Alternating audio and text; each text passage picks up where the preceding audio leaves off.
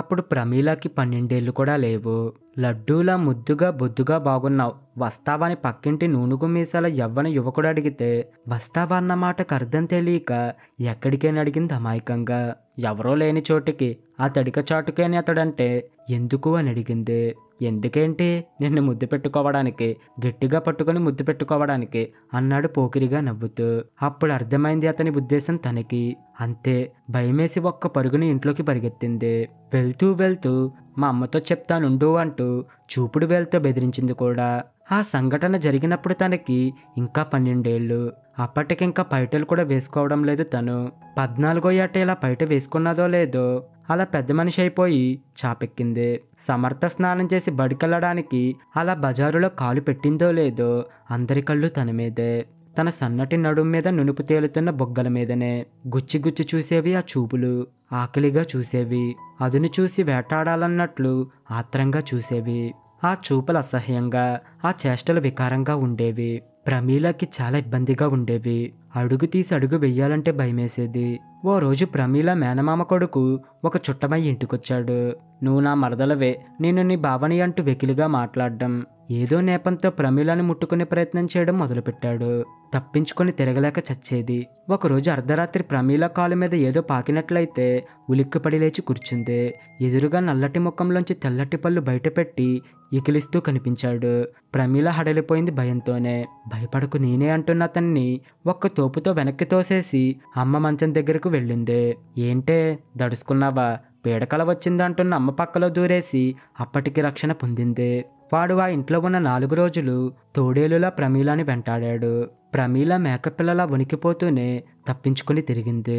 అమ్మ కొంగు క్షణం కూడా వదిలిపెట్టలేదు. ఏమైందే, ఎందుకలా భయపడుతున్నావని అమ్మ అడిగిన విషయం చెప్పడానికి భయపడింది. సిగ్గుతో చితికిపోయింది. ప్రమీల యవ్వనం తనకో వరంలా కాక శాపంలా పట్టి పీడించడం రాను రాను ప్రమీలకి చిరాకు కలగటం మొదలుపెట్టింది. ఒక మనిషి ఒక చోటైతే భరించవచ్చు, అంగుళానికి ఒక చోట చూపుల ముళ్ళు, అడుక్కో చోట పోకిరి వేషాలైతే ఎలా భరించడం? బస్సు ఎక్కితే ప్రమీల నాన్న వయసు మగాడు సైతం తన భుజాలు రాసుకుంటూ పక్క నుంచి వెళ్లడమే. షాపింగ్కి వెళ్దామని ఆటో ఎక్కితే ఆటో అతను సైతం పల్లీకిలిస్తూ అదలా చూడ్డమే. చచ్చ, ఇదేం మగవాళ్ళు, ఇదేం కకృతి వ్యవహారం అనుకోని రోజు లేదు. ఆ కకృతికి వరసావాయి వయసు వంటి భేదభావాలు కూడా ఉండవని ప్రమీల అక్క మొగుడు తన వంక చూసిన చూపులు, తాతగారి వరసయ్య దూరపు బంధువు ఒక ఆయన పిల్లా పిల్లంటూ వెంటపడటం వంటి సంఘటనలు తనకి చెప్పకనే చెప్పాయి. వీటన్నిటితో ప్రమీల మనసు ముద్దుబారిపోయింది. ఎంతమంది మగాళ్ళు తన ప్రవర్తనతో తన లేత హృదయాన్ని గాయపరిచిన తీరు ప్రమీల మనసును ఓ శిలలా మార్చేసింది. దాంతో వయసులో ఉన్న ఆడపిల్ల అనుభవించే అనుభూతులకు భావాలకు ప్రమీల దూరమైంది. ప్రమీల చాలా కోల్పోయింది. అందమైన ఊహలకు, భవిష్యత్తు గురించిన సుందర స్వప్నాలకు, మల్లెలాంటి నవ్వుకు, మురిపించే చిరు సిగ్గులకు అన్నిటికీ దూరమైంది. భయం భయం, మగవాడంటే భయం, జిగుప్సు, శృంగారం అంటే జిగుప్సు, ఇవే ప్రస్తుతం ప్రమీల మనసులో ఉన్నవి. 20 ఏళ్ల వయసు వచ్చి రాగానే అమ్మా నాన్న తనకి సంబంధాలు చూడడం మొదలుపెట్టారు. కులగోత్రాలు, సాంప్రదాయాలు, ఆచారాలు, కట్న కానుకలు, జాతకాలు వీటన్నిటితో మామూలే అన్నట్టు అందరి ఆడపిల్లల్లాగే పెళ్లి జరిగిపోయింది. మెడలో మంగళసూత్రం పడగానే తిరిగి ప్రమీల మనసు కూడగట్టుకునే ప్రయత్నం చేసింది. యథాలాపంగా అత్యంత సహజ సిద్ధంగా హృదయంలో చోటు చేసుకోవాల్సిన మధుర భావాలను, అందమైన కోరికలను బలవంతంగా పట్టి మదిలో పెట్టవలసి వచ్చింది. ఎందుకంటే తనవాడైన వాడు జీవితాంతం తోడుగా నీడగా నిలుస్తాడని తన జీవితంలోకి నడిచి వచ్చిన వాడు అవతల ఎదురు చూస్తున్నాడు. మనసా వాచా కర్మన తనని అతనికి సమర్పించుకోవాల్సి ఉంది. అందుకని ప్రమీల కోరికలను, ఆశలను పునర్నిర్మించుకోవాల్సిన అవసరం ఉంది. నిరాశకు, నిస్పృహకు, పురుషుల్లోని లోపాలని ఎంచడానికి అక్కడ స్థానం ఉండకూడదు. ప్రేమలో, సంసార జీవితంలో అతని స్పందనకు తను ప్రతిస్పందన అందించకపోతే అది సారం లేని సంసారం అవుతుంది. అతనికి సంతృప్తిని, సంతోషాన్ని అందించడంలో ప్రమీల విఫలమైనట్టు అవుతుంది అన్న ఆలోచన రాగానే అప్పుడే కొత్తగా యవనపతి అయినట్లు కోటి ఆశల్ని మొగుడి మీద కొండంత ఇష్టాన్ని తనలో సంతరించుకొని శోభనం గదిలో అడుగుపెట్టింది. ప్రేమను చిలకరించి అతని చూపు కోసం, ఆప్యాయత నిండిన అతని తొలిస్పర్శ కోసం, తన గుండెలో ఒదిగిపో అని కొండంత అండనందించే కౌగిలి కోసం ఎదురుచూస్తూ ఉంది. కొత్త అనుభవాల కోసం, ఇంతకు ముందు పరిచయం లేని సరికొత్త అనుభవం కోసం ప్రమీల మనసు అరులు చేస్తూ ఉంది. అలాంటి టైంలో ప్రమీల భర్త తన దగ్గరకు వచ్చి, నువ్వు బాగుంటావు, చాలా రొమాంటిక్, ఎప్పుడు ఈ రోజు వస్తుందా, ఎప్పుడు నిన్ను సొంతం చేసుకోవాలా అని నా మనసు తెగ ఆరాటపడిపోతుంది. రా ఇలా కూర్చో అన్నాడు. అన్నీ విప్పేయ్ అన్నాడు. ఆ మాటలు ఆశని పాతంలా తగిలి చటుక్కున తలెత్తి చూసింది. ప్రమీల సిగ్గు ఎటో పారిపోయింది. అప్పుడు చూసిందతని స్పష్టంగా. కోరికతో ఎర్రబడ్డ కళ్ళు, పంజా విసరడానికి సిద్ధంగా ఉన్న పులిలా ముందుకు చాచిన అతని బలిష్టమైన చెయ్యి, మరో చేతిలో మందు గ్లాసు పతాసురాల అయింది. అది కనిపెట్టి, మొదటి రాత్రి చేతిలో ఈ మందు గ్లాస్ ఏంటని ఆశ్చర్యపోతున్నావా? మది మగువా అన్నారు. కిక్కెక్కితే మన ఇద్దరి కలయిక చాలా పసందుగా ఉంటుంది. దానికి ఇది మంచి కాంబినేషన్ అంటూ అసహ్యంగా కన్నుకొట్టాడు. దాంతో ప్రమీల మనసులో అంతవరకు నిండుగా ఉన్న కోరికల ఆశలు అన్నీ ఒక్కొక్కటి కింద జారిపడిపోయాయి. మనసు ఖాళీ అవ్వడం మొదలుపెట్టింది. భరించలేని భంగపాటుతో కుప్పకూలిపోయింది. ఎక్కడ ఇదే తంతా? ఈ మగాడు ఎక్కడ ఉన్న ఏ స్థానంలో ఉన్నా మాట్లాడేది వాంఛించేది కేవలం శరీరాన్నేనా? మళ్ళీ నిరాశ తనలో. అతను అవన్నీ పట్టించుకునే స్థితిలో లేడు. కుప్పకూలిన తన దేహాన్ని తనకు అనుకూలంగా మార్చుకొని మనసులోని తనువునే ఇష్టారాజ్యంగా సొంతం చేసుకున్నాడు. తన ధోరణి తనదే తప్ప ప్రతిస్పందనల ప్రస్తావన అక్కడ లేదు. యాంత్రంగా మారిపోవడమే తప్ప తప్పని సంసారం ఇది అన్న భావన తప్ప ప్రమీల మనసు ఎలాంటి అనుభూతులకు లోని కాలేకపోయింది. అప్పుడెప్పుడో యవ్వన దశలో ఎవరో పోకిరి వెధవ ప్రమీలని వస్తావని అడిగిన దానికి అప్పుడు తెలియని అర్థం ఇప్పుడు తెలిసినట్టయిందంతే. వాడి మాటల్లోని కోరికకు ఈయన చేతల్లోని కక్కుర్తికి తనకి అట్టే తేడా కనిపించలేదు. రొటీన్గా మారిపోయింది జీవితం. చీకటి పడగానే బెడ్రూమ్లోకి వెళ్లడం, అతని కోరిక తీర్చడం, ఫలితంగా పిల్లల తల్లి కావటం, వాళ్ళ ఆలనా పాలన, మళ్ళీ ఆయన పిలిచినప్పుడు ఆయన పక్కన చేరడం. మెకానికల్ అయిపోయింది జీవితం. అలాగే గడిచేది. ఇంతే ఈ జీవితం అని నిరాశ మాత్రమే ఉండేది. అంతటి తాగితది జీవితం ఎందుకవుతుంది?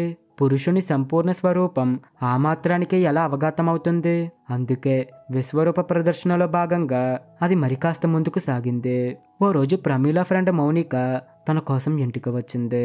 వస్తూనే ప్రమీల ఎలా ఉన్నావే అంటూ తనను చుట్టేసింది. అప్పుడే నీకిద్దరు పిల్లలా అంటూ వాళ్ళని దగ్గరికి పిలిచి ముద్దు చేసింది. మౌనిక తనకన్నా అందంగా ఉంటుంది. అందరితో కలివిడిగా ఉంటూ చూడగానే చాలా యాక్టివ్గా అనిపిస్తుంది. 30 సంవత్సరాలకు దగ్గర పడుతున్నా ఇంకా పెళ్లి చేసుకోకపోవడంతో సన్నగా నాజుగ్గా చెక్కు చెదరని వంపు సొంపులతో ఇంకా అలాగే ఉంది. కాన్పుల మూలన ప్రమీల కాస్త లావైంది. తన అవయవ సౌష్ఠవంలో కొంత మార్పు వచ్చింది. వాళ్ళింట్లో 2 రోజులుంది మౌనిక. ఆ 2 రోజులు ప్రమీల ఆయన కళ్ళు మౌనిక మీదనే. మీ ఆయనేంటి అలా తినేసేలా చూస్తున్నాడు అని నిర్మోహమాటంగా అంది. ప్రమీల పెళ్ళైన 6 నెలలకే అతని చూపులు ప్రమీల గమనించింది. అయినా మగబుద్ధి అని మనసులోనే చిరాకు పడ్డం తప్ప ఏమీ చేయలేకపోయింది. ఆ తర్వాత మరొక్కడుగు ముందుకు వేసి పరాయి ఆడవాళ్ళ అందాల్ని పొగడ్డం మొదలుపెట్టాడు. టీవీ చూస్తూ యాంకర్ల గురించి, సినిమా హీరోయిన్స్ గురించి కూడా ఆయన ఇష్టం వచ్చినట్లు కామెంట్లు చేసేవాడు. ఆ అమ్మాయి చూడంత నాజుగ్గా ఉందో, అలా స్లిమ్గా ఉండే ఆడవాళ్ళంటే నాకు ఇష్టం. ఆ అమ్మాయి బొగ్గలు యాపిల్ పండ్ల ముద్దొస్తున్నాయి. నీకన్నా ముందు అమ్మాయి కనిపించి ఉంటే నా పెళ్లి ఆమెతోనే జరిగేది అంటూ బహాటంగా ప్రమీలతోనే తన మనసులోని కోరికలని చెప్పేవారు. బాధపడుతుందని ప్రమీల మౌనికకి చెప్పలేదు. కానీ తన గురించి కూడా ఓ మాట అన్నారు. నువ్వు నీ ఫ్రెండ్ మౌనిక ఒకే వయసు వాళ్ళు కదా, మరి తనేంటి అలా ఉంది నువ్వు ఇలా ఉన్నావని అడిగారు. ప్రమీలకి ఒళ్ళు మండింది. తనకింకా పెళ్లి కాలేదు అంది ప్రమీల. ఓహో, అలా అయితే ఆడవాళ్ళు అందచందాలు పెళ్లి కానంత వరకే అన్నమాట. పెళ్ళైన ఆడది ఇల్లాలిగా తప్ప కాపురానికి అంతగా పనికిరాదన్నమాట. అలా అయితే నీ ఫ్రెండ్ మౌనికని నేను లైన్ వేసుకున్నా అన్నాడు. పళ్ళు రాలేలా చెంప మీద ఒక్కటి వేయాలన్నంత పిచ్చి కోపం వచ్చింది ప్రమీలకి. అయినంతటి కోపాన్ని అతి కష్టం మీద నిగ్రహించుకుంది. అందుకే మర్నాడు మౌనిక వెళ్ళిపోతానంటే ప్రమీల వద్దనలేదు. వద్దన్నది మౌనిక మీద అసూయతో కాదు, ప్రమీల భర్త చూపుల తూపుల బారి నుంచి రక్షించడానికి. ఈ రోజు మౌనిక వెళ్ళిపోతే రేపు మరో మేనక దొరుకుతుంది. ప్రమీల భర్త దృష్టి దోషం ఉండకూడదు కానీ ఉన్నవాడికి దేశంలో అందమైన ఆడవాళ్లకు కొరత. వెళ్తూ వెళ్తూ మౌనిక తమాషా కన్నట్లుగా వస్తాను, మీ వారు జాగ్రత్త అంది. అందులోని వ్యంగ్యం ప్రమీలకు అర్థమైంది. వస్తానండి అంటూ అతనికి చెప్తుంటే బస్టాండ్లో నేను డ్రాప్ చేస్తాను అంటూ బైక్కి చేతిలోకి తీసుకున్నాడు ఉత్సాహంతో. వద్దండి, నేను ఆటోలోనే వెళ్తాను అంటూ అతి ఖచ్చితంగా చెప్పడంతో ఇంకేం మాట్లాడలేకపోయాడు. పిల్లలిద్దరికీ బాయ్ చెప్పి వీళ్ళని తీసుకుని మా ఊరెప్పుడొస్తావే అని అడిగింది మౌనిక. నువ్వు పెళ్లి చేసుకుని ఓ ఇంటిదానివైతే అప్పుడు అనబోయి ఆ మాటలు ప్రమీలాకే నచ్చక వాటిని గొంతులోనే అణిచిపెట్టేసింది. చూద్దామని మాత్రమే అంతే. ప్రమీల అమ్మాయి దీప్తి 2వ క్లాస్ చదువుతుంది. దానికి ఎక్కడలేని సందేహాలు వస్తుంటాయి. అవన్నీ తెచ్చి ప్రమీల ముందు పెట్టి సమాధానాలు అడిగి తెలుసుకుంటూ ఉంటుంది. ఓ రోజు స్కూల్ నుంచి వస్తున్న పుస్తకాల బ్యాగ్ అక్కడ పడేసి, మమ్మీ, మా క్లాస్మేట్ నితిన్ ఈ రోజు నాకు ఐ లవ్ యూ అని చెప్పాడు, అంటే అర్థమేంటి అని అడిగింది. ఉలిక్కిపడింది ప్రమీల. తన చిన్నతనంలో పక్కింటి ఓ పిల్లాడు వస్తావా అని అడిగిన వాటి అనుభవం తనకి మళ్ళీ గుర్తుకొచ్చింది. ఇప్పుడు దీప్తికి తెలిసి తెలియని వయసు గనుక ఇంత అమాయకంగా ఈ విషయం తనకి చెప్పి ఏంటి అని అడుగుతుంది. అంటే ఏంటో దానికి తెలిసే వయసు వచ్చాక ఏ పోకిరి పిల్లాడైనా లేచిపోదాం వస్తావని అడిగినా తనతో చెప్పడానికి భయపడుతుంది, సిగ్గుపడుతుంది. ప్రమీల చిన్నతనంలో ఎదుర్కొన్న సంఘటనలు తన తల్లితో చెప్పి ఆమె రక్షణ పొందడానికి అప్పుడు తరాలాంతరం అడ్డు వచ్చింది. అదే తనని పైకి చెప్పుకోలేని మానసిక వేదనని గురిచేసింది. తన బిడ్డకు ఆ పరిస్థితి రాకూడదు. అన్ని విషయాలు ఇప్పటి నుంచే తనతో ప్రమీల ఓపెన్గా చెప్పాలి. మంచి చెడుల విచక్షణ జ్ఞానం, తనని తాను ఎలాంటి పరిస్థితుల్లోనైనా రక్షించుకోగల ధైర్యం నేర్పు తనకు ప్రమీలనే నూరిపోయాలి. అలా జరగాలంటే ప్రమీల తన బిడ్డతో ఓ ఫ్రెండ్లీగా మూవ్ అవ్వాలి. తన దగ్గర వాళ్ళకు పూర్తి చనువు స్వేచ్ఛను ఇవ్వాలి అనుకుంది ప్రమీల. ఐ లవ్ యూ అన్న దాని సందేహానికి సమాధానం లాంటి కొన్ని జాగ్రత్తలు చెప్పి దాన్ని అప్రమత్తం చేయాలని ప్రమీల అనుకుంటుండగా ధ్రువ స్కూల్ నుంచి వచ్చాడు. వాడు 6వ క్లాస్ చదువుతున్నాడు. వస్తూనే ఎందుకో చిరాగ్గా కనిపించాడు. మమ్మీ, ఈరోజు స్కూల్ నుంచి వచ్చేటప్పుడు బస్ ఎక్కి ఫ్రంట్ సీట్లో కూర్చుంటుంది లేడీస్ సీట్, లెమ్మని కండక్టర్ నన్ను లేపేశాడు. లేడీస్ సీట్కి ఎందుకు మమ్మీ బస్ సీట్ రిజర్వేషన్, మగవాళ్ళు మాత్రం నిలబడాలి, ఆడవాళ్ళు కూర్చోవాలా అని అడిగాడు. వాడి ఉక్రోషం ప్రమీలని ఆశ్చర్యపరిచింది. వాడిప్పటి ప్రశ్నకు ప్రమీల సమాధానం చెప్పకపోతే ముందు ముందు ఆడవాళ్ల పట్ల వాడిలో చులకన భావం ఏర్పడే ప్రమాదం ఉంది అన్న ఆలోచన కూడా వచ్చి వాడితో ఇలా అందే, చూడు ధ్రువ, ఆడవాళ్ళలో గర్భవతులుంటారు, చంటి పిల్లల తల్లులుంటారు, మరేవో ఇబ్బందులున్న వాళ్ళు ఉంటారు.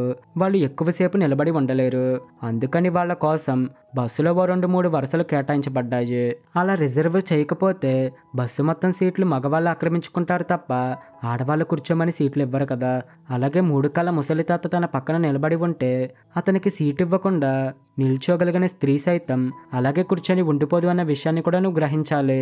మరో విషయం, బస్సులో స్త్రీలకే కాదు వికలాంగులకు సీట్ల రిజర్వేషన్ ఉంటుంది అనగానే వాడు మళ్ళీ మాట్లాడలేదు. రిపెంట్ అవుతున్నట్లు ముఖంలో ఆలోచనలు కనిపించాయి. వాడు ఆ రోజు అడిగిన ఆ ప్రశ్న ప్రమీలకి కర్తవ్యబోధ చేసినట్లయింది. స్త్రీని గౌరవించడం ఎప్పటి నుంచి నేర్పకపోతే ఆడవాళ్ళంటే నిర్లక్ష్యభావం వీడి మనసులో మొలకెత్తి అది రాను రాను వేళ్ళూనుకొని పోతుంది. వయసొచ్చాక వీడికి స్త్రీ శరీరం తప్ప ఆమె మనసు, మమత, ఆమె చేసే త్యాగాలు వీడి కంటికి కనిపించవు. కనుక ఓ మంచి మనిషిగా, ఓ మంచి పౌరుడిగా వీడిని తీర్చిదిద్దాల్సిన బాధ్యత తన మీద ఉంది అనుకోగానే ప్రమీల అత్యవసరంగా చేయాల్సిన పనులు ఎన్నో అలాగే ఉండిపోయినట్లు ప్రమీలలో చురుకుదనం అప్పటికప్పుడు ప్రవేశించింది. తన పిల్లల పట్లే కాదు, ఈ సమాజం పట్ల తనకు బాధ్యత చాలా ఉంది. మగవాడి దృక్పథాన్ని మార్చడానికి, ఎదిగే మనసుల్లో ఆరోగ్యవంతమైన ఆలోచనలకు అంకురార్పణ చేయడానికి ప్రమీల ఏదో చెయ్యాలి. ఏం చెయ్యాలి, ఎలా చెయ్యాలి? తనలో తపన ప్రారంభమైంది. అది అంతకంతకు పెరిగి మనిషి మనసులోని చెడు ఆలోచనల నేపథ్యాన్ని, మూలాల్ని అన్వేషించడం మొదలుపెట్టింది. పిల్లల్ని సక్రమంగా పెంచడంలో కుటుంబ బాధ్యత మొదటిదైతే, వాళ్ళు ఇంటి గడప దాటి బయట కాలుపెట్టిన తర్వాత వాళ్లకు మంచి మానసిక వాతావరణాన్ని అందించాల్సిన బాధ్యత ఈ వ్యవస్థకి ఉంది. ఎక్కడ పడితే అక్కడ అసభ్యకర సినిమా పోస్టర్లేంటి, అసహ్యకరమైన వ్యాపార ప్రకటనలేంటి, 4 గోడల మధ్య ధర్మబద్ధంగా గుట్టుగా జరగాల్సిన శృంగారం ఇలా వీధుల పాలు కావడం ఏంటి? నాడు నేడు ఎప్పుడూ ఇంతే. అప్పుడు స్త్రీని భోగవస్తువుగా భావించి అంగంగ వర్ణాలలో శృంగార కావ్యాలు రాయబడ్డాయి. ఇప్పుడు శృంగారం పోతాయి సినిమా తెర మీద నాట్యం చేస్తుంది. నీతి నియమాలు, కట్టుబాట్లు చిటారు కొమ్మన మిఠాయి పొట్లాలైపోయాయి. స్వార్థాల గుడ్లగోబలు మనిషి మస్తిష్కంలో తలకిందులుగా వేలాడుతూ రాబోయే సంక్షోభాన్ని ముందుగానే సూచిస్తున్నాయి. ఇలాంటి విపత్కర పరిస్థితుల నుంచి తన పిల్లల్ని, యువతరాన్ని ఎలా కాపాడాలి? మానవతా విలువలు మనిషి మనసులో నుంచి తుడిచిపెట్టుకొని పోకుండా ఎలా దక్కించుకోవాలి? స్త్రీని ఓ భోగవస్తువుగా, అశ్లీల సింబల్గా కాక సాటి మనిషిగా, మనసున్న మనిషిగా ఆమె విలువలను, గౌరవాన్ని కాపాడే రోజు అసలు ఎప్పుడైనా వస్తుందా? ఆక్రోశిస్తుంది ప్రమీల మనసు. గుండె అలసిపోయేలా ఏడుస్తుంది. ఆ ఏడుపు తన ఒక్కదానిదే కాదు, ప్రతి స్త్రీది. కాకుంటే తన పైకి ఏడుస్తుంది, వాళ్ళు లోపల ఏడుస్తున్నారు. ఈ ఆవేదన మాత్రం అందరిది.